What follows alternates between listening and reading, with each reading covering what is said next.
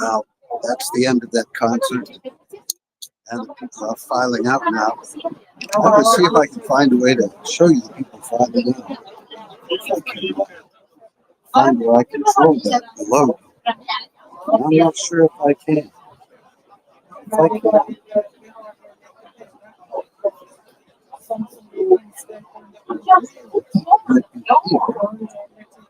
No, it's not there.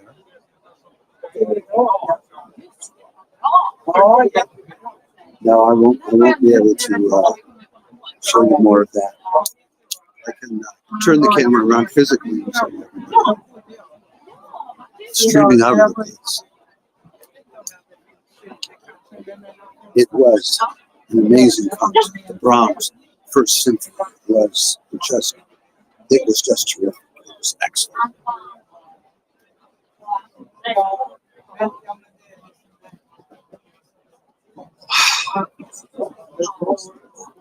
And I wanted to give you a moment to show you a bit of this concert hall.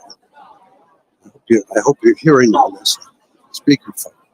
I want to show you, keep your eye out on the walls just below the first balcony, what you see on the walls.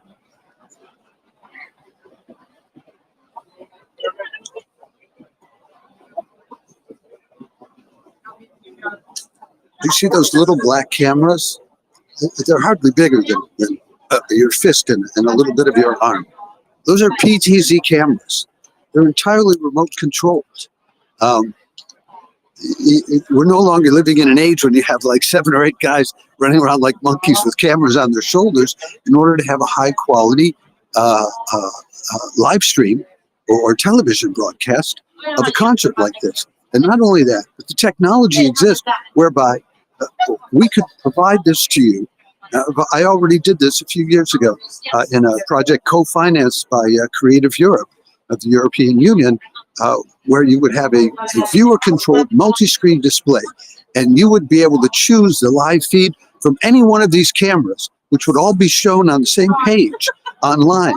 So if you wanted to be watching the camera focused on the conductor, you could, or you could switch then to the string section or to the guy on the timpanis. And we did 85 live broadcasts back in 2019 at 3 different performing arts festivals where we used that kind of interactive technology. Most of those were 360 VR, but towards the end of the project, we actually managed on our own website platform to do 5 live broadcasts with this viewer-controlled multi-screen arrangement.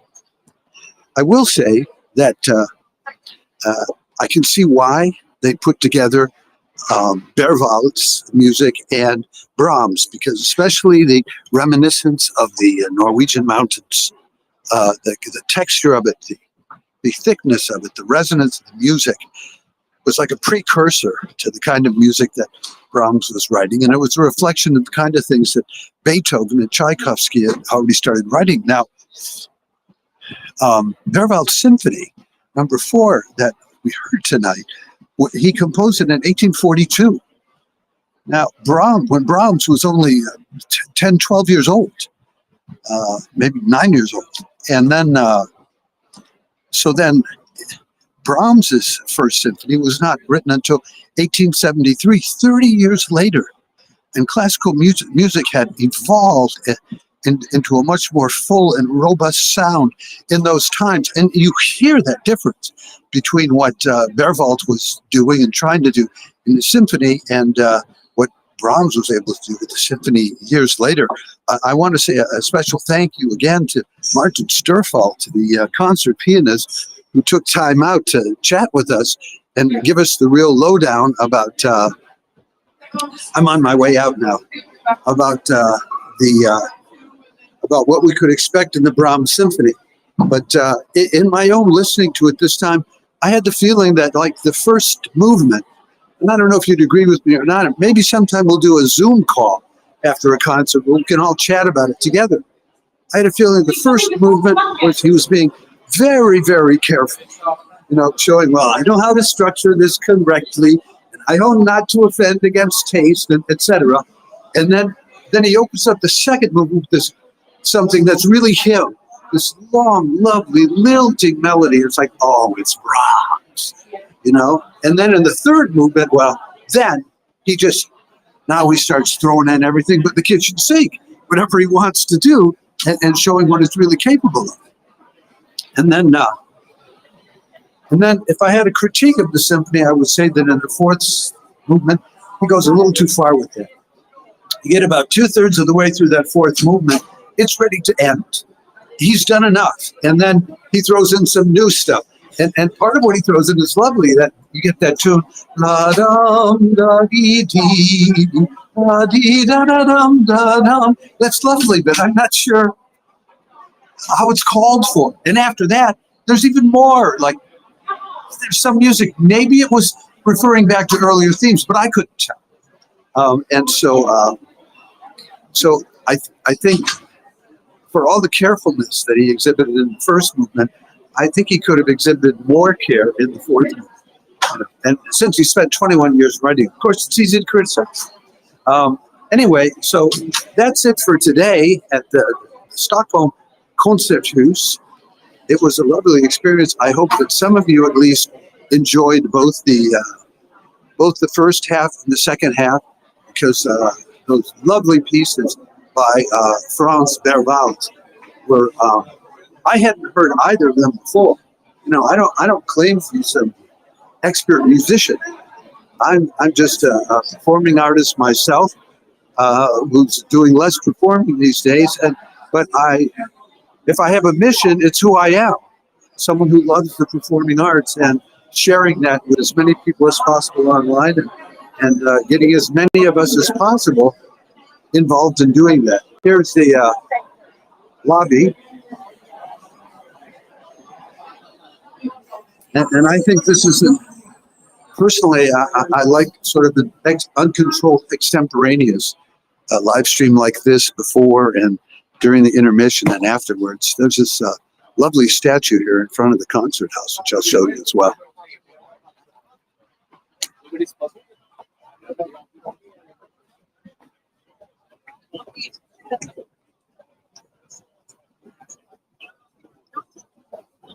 Unfortunately, this time around, I failed to figure out how I could turn the camera around, but it is possible to turn the camera around on these live streams.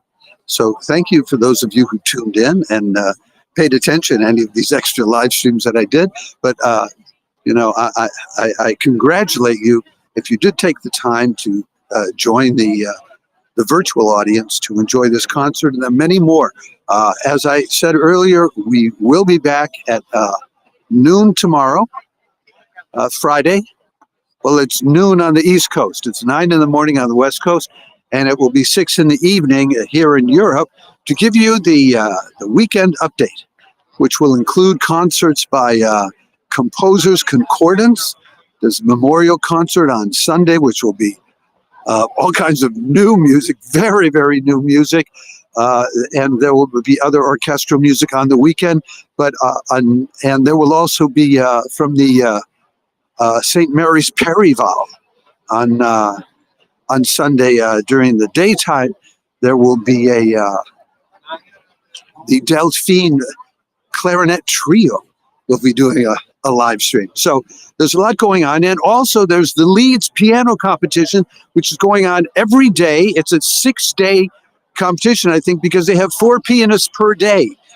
Today was day 2, Thursday, so we have, if there are 4 people a day and there are 24 contestants who are chosen, that's 6 days. So there's 4 more days of that to go, and you can find the link for that in our Facebook page, on LinkedIn, on our Instagram page, in a YouTube video that we did, probably also on X and TikTok. We're everywhere.